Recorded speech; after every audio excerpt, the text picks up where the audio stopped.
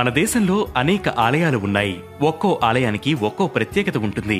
అలాంటి కొన్ని ఆలయాల్లోకి స్త్రీలను అనుమతించరు. అలాంటి వాటిలో ఒకటి మహారాష్ట్రలోని శని సింగనాపూర్లో ఉన్న శనీశ్వరుడి ఆలయం.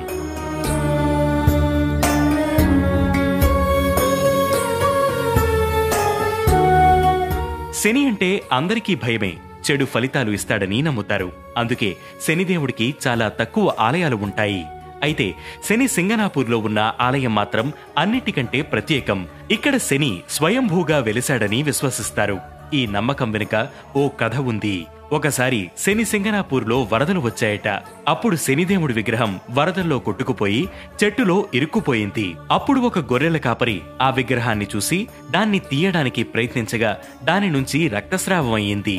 అది చూసి భయపడిపోయిన కాపరి అక్కడి నుంచి పారిపోతాడు. కాని ఆ రోజు రాత్రి శనిదేవుడు అతని కలలో కనిపించి గ్రామాన్ని రక్షించడం కోసం తన స్వయంభూ రూపమైన ఆ విగ్రహాన్ని పూజించాలని చెప్పాడట. అప్పటి నుంచి ఇక్కడ శనీశ్వరుడికి పూజలు చేస్తూ వచ్చారు. అయితే ఈ ఆలయం సాధారణ ఆలయాల్లా ఉండదు. కేవలం ప్రహారీ గోడ మాత్రమే ఉంటుంది. మధ్యలో ఎలాంటి గోడలు కానీ పైకొప్పు కానీ ఉండదు. స్వయంభూగా వెలసిన 5 అడుగుల ఎత్తైన నల్లరాయిని శనిదేవుడిగా భావించి పూజలు చేస్తుంటారు. అయితే ఈ ఆలయంలో మహిళలు పూజలు చేసేందుకు అనర్హులుగా భావించే పాత పద్ధతిని పాటిస్తారు. శనిదేవునికి నూనె పోసి ప్రార్థనలు చేసేందుకు మహిళలు ఆలయంపైకి ఎక్కరాదనే రూలు ఉంటుంది. ఇక ఇళ్లకు తలుపులు తాళాలు లేని ఏకైక గ్రామంగా కూడా శని సింగనాపూర్ ప్రపంచవ్యాప్తంగా ప్రసిద్ధి చెందింది.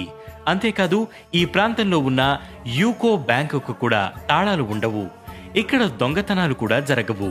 శనిదేవుడు ఈ గ్రామాన్ని రక్షిస్తాడని ప్రజలు నమ్ముతారు. అందుకే దొంగలు కూడా దొంగతనాలు చేయడానికి భయపడతారు. ఇక ఈ గుడిలో శనిదేవుడి విగ్రహానికి ఉత్తరం వైపున ఉండే ఓ వేప చెట్టు కూడా చాలా ప్రత్యేకమైంది. సుమారు 30 ఏళ్ల క్రితం కళ్యాణోత్సవం జరుగుతున్న సమయంలో ఈ వేప చెట్టుపై పిడుగుపడింది.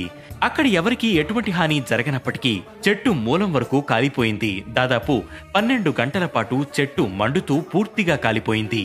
కానీ ఆ మరుసటి రోజే చెట్టు పచ్చదనంతో నిండిపోయింది.